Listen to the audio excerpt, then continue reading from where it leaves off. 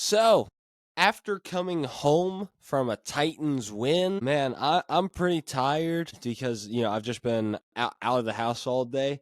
But I knew that I had to get this done because I got a busy Monday and I don't want this to overlap with the episode that's coming out this Wednesday. So I thought I might as well get this over with right now. But yeah, this is something that I'm pretty interested in talking about. So let's get into it. What's good, y'all? Welcome back to the Titans Rundown. I'm your host, Micah McCamey, and in today's video, we are going to be talking about the head coaching profile of former Cowboys and Packers head coach Mike McCarthy. Now, there is a lot of interest around this name, to say the least, from Titans fans. You ask any of the experts of the community, all of them will tell you, yeah, if I had a choice at who the next head coach would be, I would bet it's Mike McCarthy because of the connection to Brinker, and I would also say that Mike McCarthy is the best option because of reasons. I almost slipped there. Anyway, yeah, Mike McCarthy, he's an interesting candidate to say the least. Man, it's weird, right? Because I have no idea how to feel about him because I feel like part of me is like, oh yeah, he'd be amazing, but also there's part of me that's like, but he though. So again, I'm interested to cover this guy, right? So let's get into it. Starting out though, it is necessary that we look at the background of such a head coach. Where did this guy come from? Now, I do want to say this before I start. I'm going to be using a lot of presidential references for the times that this was happening in. Okay, so just to give you context for how long this dude has been around, to say the least. All right, so Mike McCarthy got his start at Fort Hays State as a graduate assistant in the second half of the second term of Ronald Reagan in 1987 and in 1988. Again, that's context. Ronald Reagan was still alive whenever this dude got his big break. Whenever this dude got his break in coaching, that is insane. All right. So then you go on a little bit. He becomes a graduate assistant at Pitt from 1989 to 1991. He's impressive enough to the coaching staff to the point where he becomes the wide receiver coach at Pitt. He stays there for 1 year in 1992, and then this leads to the Chiefs being pretty impressed with the work that he did there in his 1 year. So he becomes an offensive quality control coach from 1993 to 1994. Then after that, he becomes the QB coach for the Kansas City Chiefs. This dude just keeps on climbing because, well, he's been impressive to most of the staffs that he's been with. And he does pretty all right there, but then he goes to take the same position as a QB coach in 1999. This leads to him doing a good enough job there as well, having that experience under Brett Favre or having that experience with Brett Favre and with one of the Chiefs quarterbacks, to the point where he decides to go be the offensive coordinator for the New Orleans Saints for the first term of George W. Bush. I mean, that's the truth. 2000 to 2004. That's how long he was the offensive coordinator for them. Now, give me 1 second. I'm gonna take a look here real quick. I gotta take a look real quick at the rankings for each of these offenses that he ran. All right, here we go. Yeah, so in his time in New Orleans, his offense is ranked 10th, 13th, 3rd, and 14th. That's not too bad, and it's obviously a part of the reason that the New Orleans Saints, or that any team would have wanted him as a head coach. But here's the weird thing, right? He left his job as an offensive coordinator for the New Orleans Saints. That doesn't happen that often, Like, I haven't seen that happen that often as that much, unless they're going to go get play calling duty somewhere else. So he goes to the same role with the San Francisco 49ers, where his offense ranked 30th in the league. And even though this wasn't the best thing overall for his head coaching profile, it still did not prevent what was going to happen next, because in 2006, the Green Bay Packers called Mike McCarthy and asked him to be the next head coach and be the guy in charge of developing Aaron Rodgers. McCarthy accepts, and he stays there from 2006 to 2018, where he won a Super Bowl, and 9 of his offenses ranked top 10 in the league, and I think like 5 of them ranked top 5. Really solid stuff by Mike McCarthy during his time in Green Bay. Then 2018 came around, and the Green Bay Packers organization feels like he's being too stubborn about play calling duties, about other things like payment and all that stuff. And this leads to Mike McCarthy being let go by the Green Bay Packers. And he takes an off year to learn about analytics and try and learn some of the new stuff about the game.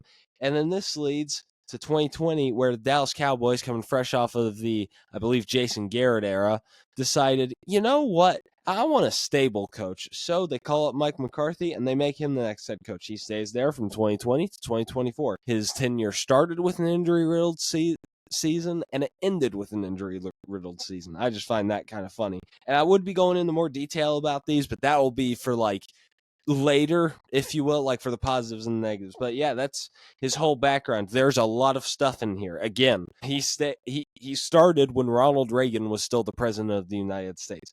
Like, that is absurd to me. That is how long he was. Well, that's how long he's been in coaching. Like, that's insane. And that will come up later, obviously. So let's get into the positives and negatives of Mike McCarthy. First positive, he's stable. He's got great stability behind him. Like, whenever you take a look at this dude's track record, everywhere that he has gone, he has been just fine. Whether it's the OC of the Saints, I know that the offensive coordinator for the Niners, like, he didn't do that great, but it could have just been a down year. Maybe McCarthy needed another year to install his offense, if you will. But again, he had decent stints with the Saints and the Niners. Then he went on to be the head coach of the Packers, where, again, he did win a Super Bowl. But the really big thing about Mike McCarthy's time in Green Bay is that the team was, like, pretty solidly competitive almost every year. And the same thing goes for the Cowboys, if I'm not mistaken. Like, think about that. Here's the thing. The Dallas Cowboys, in their last, 9 games of last season, were led by Cooper Rush, who came in relief for why can't I remember his name? In relief for Lamar Jackson after he got hurt and he was gone for a while. It got so terrible that the Ravens looked at Tyler Huntley and were just like, yeah, that's probably a better option. That led to Tyler Huntley starting. But anyway, that's sidetracking. Cooper Rush played in all of those games for the Cowboys. Their record was 4-5. That is ridiculous. And that's the thing that I point out when people tell me, oh, McCarthy, he just rides off of the talent that he's given. He always rides off of how talented his teams are and all this stuff. And every time that somebody says that, I point at that right there. The fact that he went 4-5 with Cooper freaking Rush and Mike Zimmer as his defensive coordinator, whose defenses weren't really that great, like, post his, second year in Minnesota. So just, again, his teams were always competitive. That is a sign of stability. And, he knows how to run an organization. He's been through the motions before, right? That is the biggest selling point of Mike McCarthy as a whole, right? The stability that he brings. And,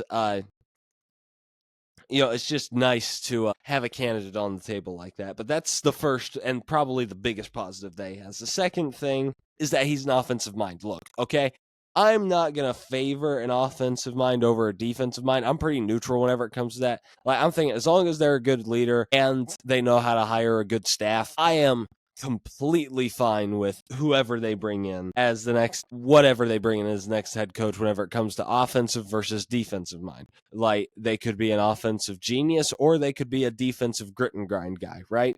Either way, I would be fine with it. But if I were to have to lean one way, I would lean slightly offensive mind, just because of the fact that, it's a head coach that will come in, he'll prioritize the offense, he'll keep focus on Cam Ward, and will just help him develop. Now, I will say, the defensive coordinator crowd actually makes a good point with this. You leave the offensive coordinator all by himself. He doesn't have to worry about the head coaching duties. He doesn't have to worry about the coaches show, the media that he's given constantly. And I'm not just talking about pressers. I'm talking like all the ads and stuff that they have to do for local media and the interviews, the constant interviews outside of pressers, and then other things alongside that, like, with all of that stuff on top of it, it's hard to sometimes focus on football. So you get a defensive mind that can focus on defense And that offensive mind can just focus on coaching Cam Ward, and then that's it, right?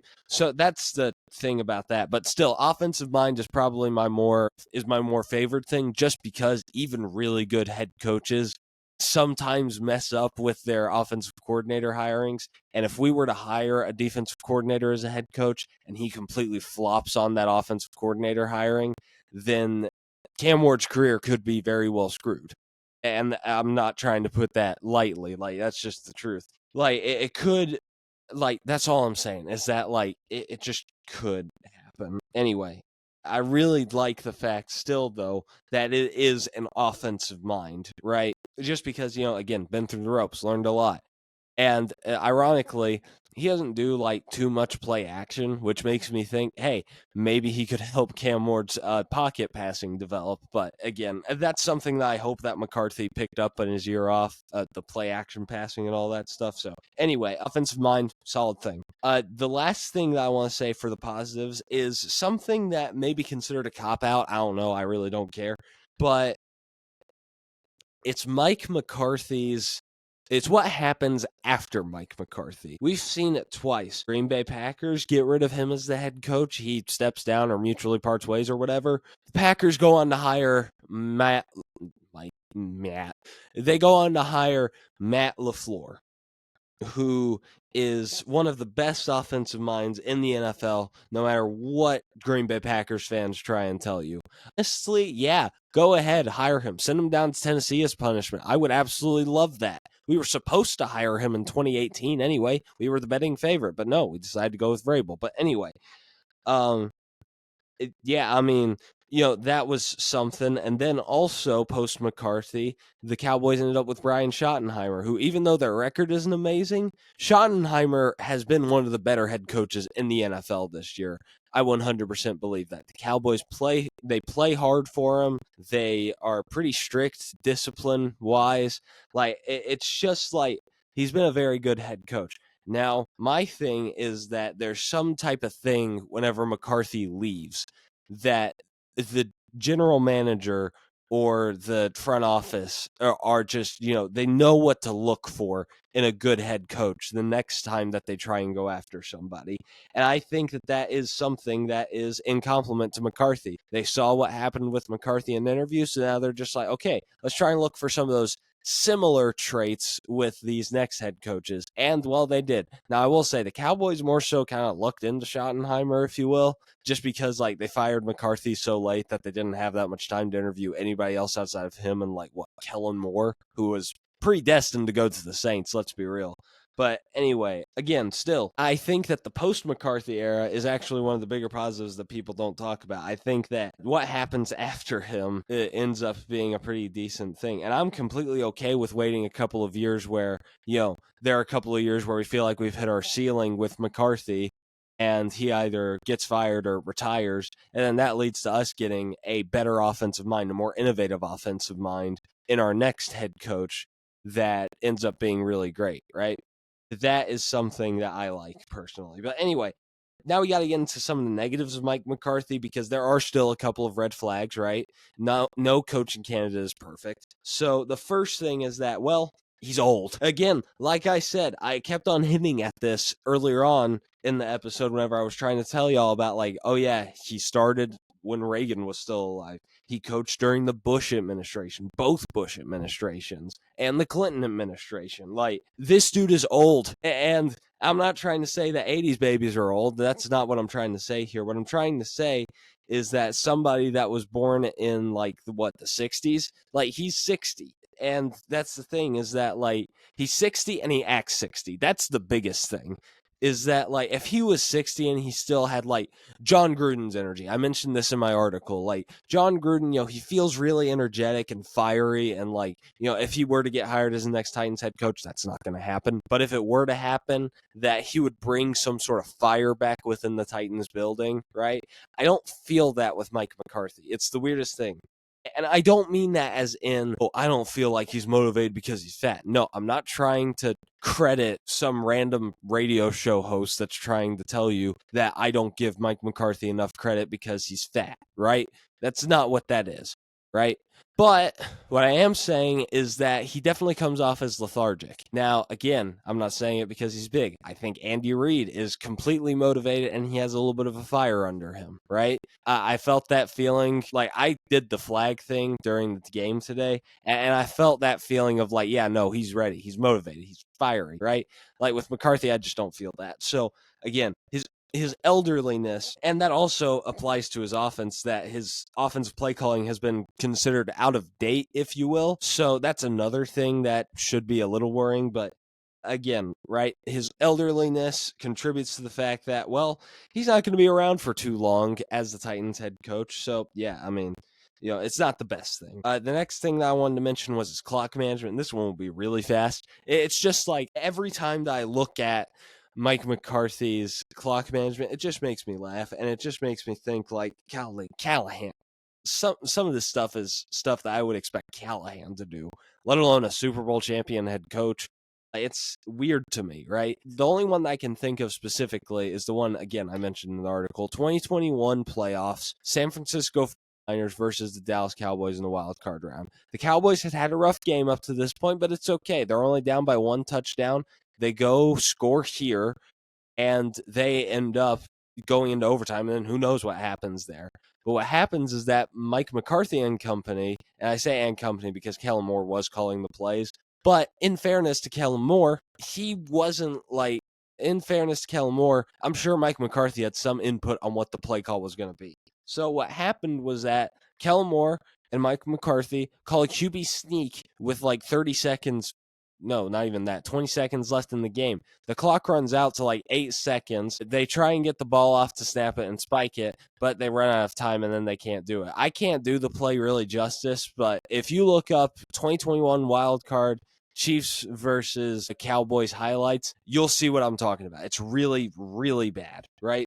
So that is something that I worry about, is that those clock management demons will come back up for him. But anyway, again, quick section, but it's something to consider. Last thing that I'll say is the team's discipline. And this worries me because everybody always talks about discipline is what really speaks to a head coach's talent, right? About like how good they are as a head coach. And I look at these statistics for the penalties overall during a season, and I get a little concerned. Because in McCarthy's 5 years as the Dallas Cowboys head coach, his team's ranked 11th in most penalties, first, 9th, third, and fourth. That's ridiculous, right? Like, the lowest that he ranked was 11th in most penalties, and that's pretty bad as it is, right? Like, that is not good. Like, I don't know how else to describe it, but like, the discipline really worries me personally. But anyway, like, y'all,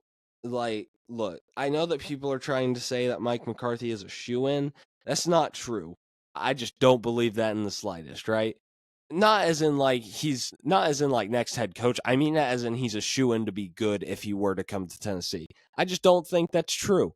Like, we've seen it before. I won't mention him right now. I mean, I'll mention him right now. Ken Wisenhunt was somebody that had been to a Super Bowl before he came to coach us, and that he had consistently solid seasons in Arizona, and then he ended up getting fired in Tennessee after a season and a half. He had Brian Callahan's arc, except with a Super Bowl appearance at his last destination. I will say this, though. I think that there is a more comparable candidate to Ken Wisenhunt that I'm actually going to cover next week. I won't say his name, but you could probably take a guess about who it is, judging by the discourse that has happened over this name over the past week or so.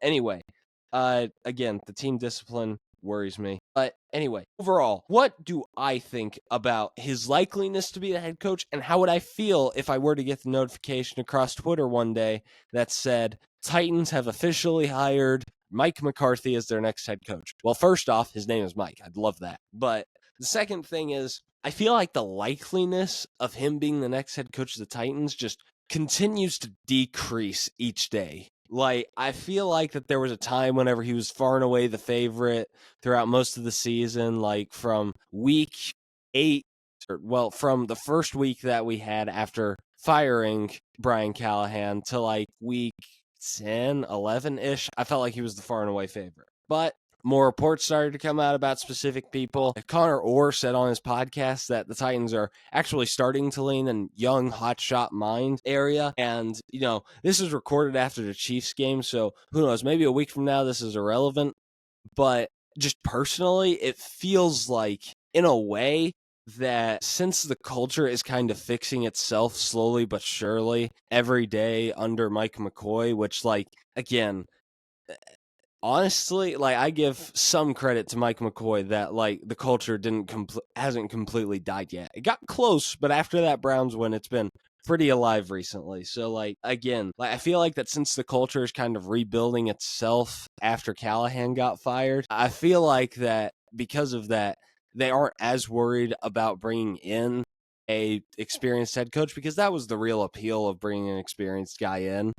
Look, okay, bringing an experienced guy in also has its other benefits. What you're going to get out of him and stuff like that. But the real benefit that people want is stability, right? That is the biggest benefit out of all of them. Or unless they're like a Kevin Stefanski, in which that's a completely different scenario. I feel like that McCarthy's, I said whenever I wrote the article that I was pretty confident that he was going to be the next head coach. And I said, and I've even said before on video, you can see some of my podcast episodes whenever I was still doing the top 5 coaching candidates, that he was consistently being mentioned by me about yeah, he is probably going to be the next head coach. But the more and more that this passes by, the more and more I see about hotshot candidates, a specific retread that, again, we'll cover next week. I keep on seeing these names, but I just don't see Mike McCarthy, and that's it. I just think that his likeliness decreases. But if they were to hire him, I would be completely fine with it.